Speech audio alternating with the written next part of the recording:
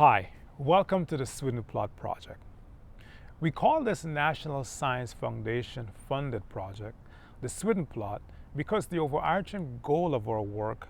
is trying to understand how indigenous peoples and their livelihood practices influence the flora and fauna we find within their landscapes. Sweden agriculture, by definition, is those series of deliberate, conscious, and well-coordinated steps that indigenous peoples in Guyana and across the Americas take to ensure that their crops are kept or grown for a period of time that's shorter than they allow the land to rest. And this type of agriculture, this system of agriculture, should not be confused with slash and burn agriculture that often occupies a very similar landscape as Sweden agriculture does. But because of their deliberate and destructive, often destructive practices, slash and burn agriculture practices tend to have very different outcomes for flora and fauna, even though they're found within the same landscape. Given the importance of Sweden agriculture to biodiversity protection in Guyana and indeed across the Americas, our project is attempting to understand how, why, and to what extent the signals of the Sweden agriculture process can be seen across indigenous peoples' influenced landscapes. In Guyana, we're attempting to address this objective using a series of technological inventions. For example, across 5 indigenous villages in Guyana, we have implemented transects that radiate from the center of a village into the forest,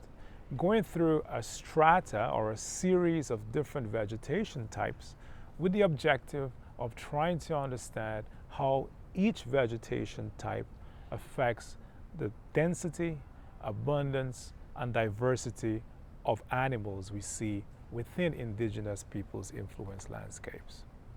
The cameras are sampling a variety of fauna from current farms to old farms, lightly disturbed regions and highly disturbed regions as well, to give us a sense of how disturbance of its various kind will and does affect the density and diversity of biodiversity. In particular, in this case, animals are found within these landscapes. Outside of using camera trap data,